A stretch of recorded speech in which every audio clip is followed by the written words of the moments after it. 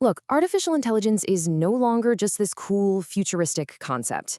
It is here. Right now, it's summarizing our documents, it's writing our code, it's analyzing our customers, and it's even triggering workflows deep inside our enterprise systems. The capabilities are honestly absolutely explosive. But as these systems get more and more autonomous and deeply baked into our daily operations, a really critical, impossible to ignore question pops up. Who really controls your company's AI? Welcome to this explainer on enterprise AI decoded, where we're focusing squarely on AI governance and risk. I'm super excited to guide you through this today because, frankly, this topic is the absolute bedrock of the future of business. Think about it. Why do we put brakes on cars? It isn't to make them go slow, right? It's so you can drive them fast, safely. And in the age of intelligent automation, governance acts as those exact brakes. It's the discipline of controlling AI systems so they stay useful, compliant, and actually aligned with your business goals. It's what lets you innovate at top speed without crashing. Here is our roadmap for today. We're going to cover the shadow AI problem, map out the enterprise risks, look at generative AI versus agents, talk about structuring control, and finally dive into the governance lifecycle. Let's jump right in. Section 1, the shadow AI problem, the hidden dangers of unapproved AI. So this phase usually starts out feeling really exciting. A developer tries out a new coding assistant, an analyst drops a spreadsheet into a public chatbot, maybe the marketing team generates some quick ad copy. But very, very quickly, this turns into what we call shadow AI. This is a critical term you gotta know.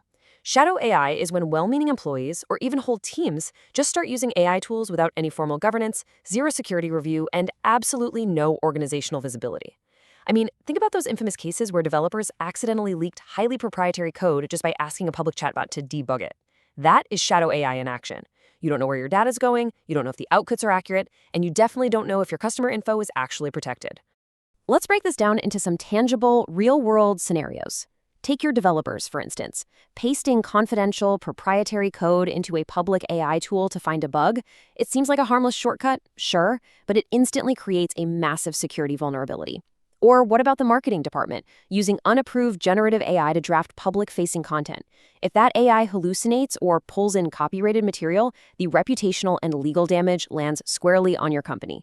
And if your customer support reps are secretly testing AI to respond to live customers, you risk feeding people totally inaccurate information. This is innovation happening completely in the dark, and it is a ticking time bomb. Which brings us to Section 2. Mapping enterprise risks, because spoiler alert, this is way more than just a tech issue. When we actually map out these enterprise risks, we're looking at a multidimensional threat landscape. If an AI system hallucinates, which means it spits out information that sounds incredibly confident but is completely fabricated, that's a profound accuracy risk.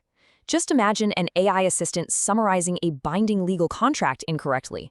Yikes. Then we have bias and fairness.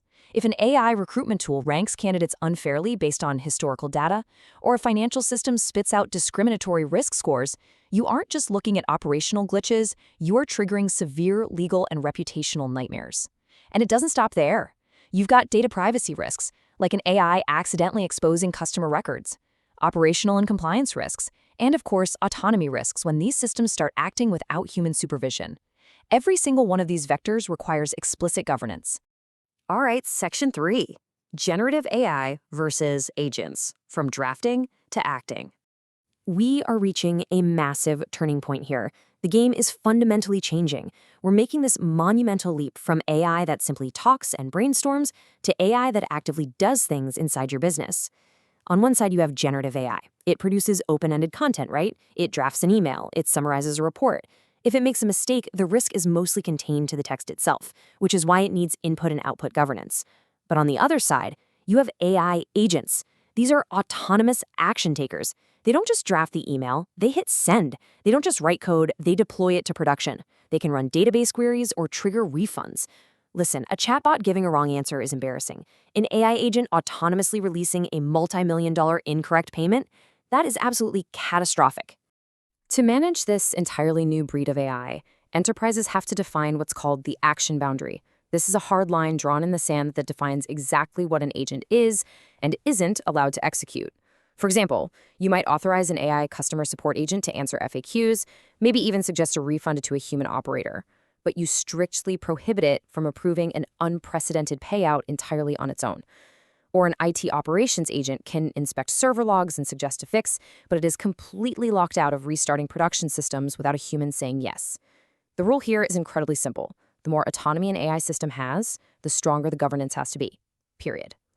Moving on to Section 4, Structure and Control, Frameworks for Safe Innovation. So, how do we actually pull this off without crushing the speed and agility of your business? The secret is risk classification. If you treat every single AI project like some massive high-risk liability, innovation dies. This tiered structure is how you win. Step 1, low risk. Think internal brainstorming. You can move incredibly fast here with minimal oversight. Step 2, medium risk, like drafting external marketing copy. This needs a human in the loop to review the output.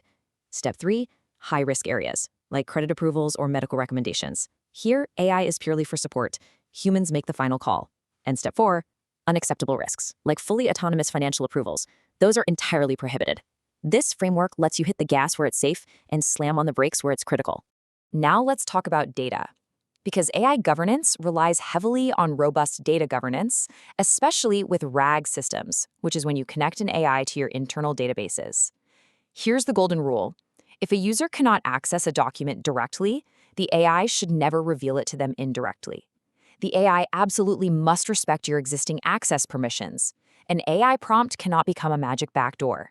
A sales rep shouldn't be able to ask a chatbot a clever question and trick it into spitting out confidential HR files or restricted financial data from another region.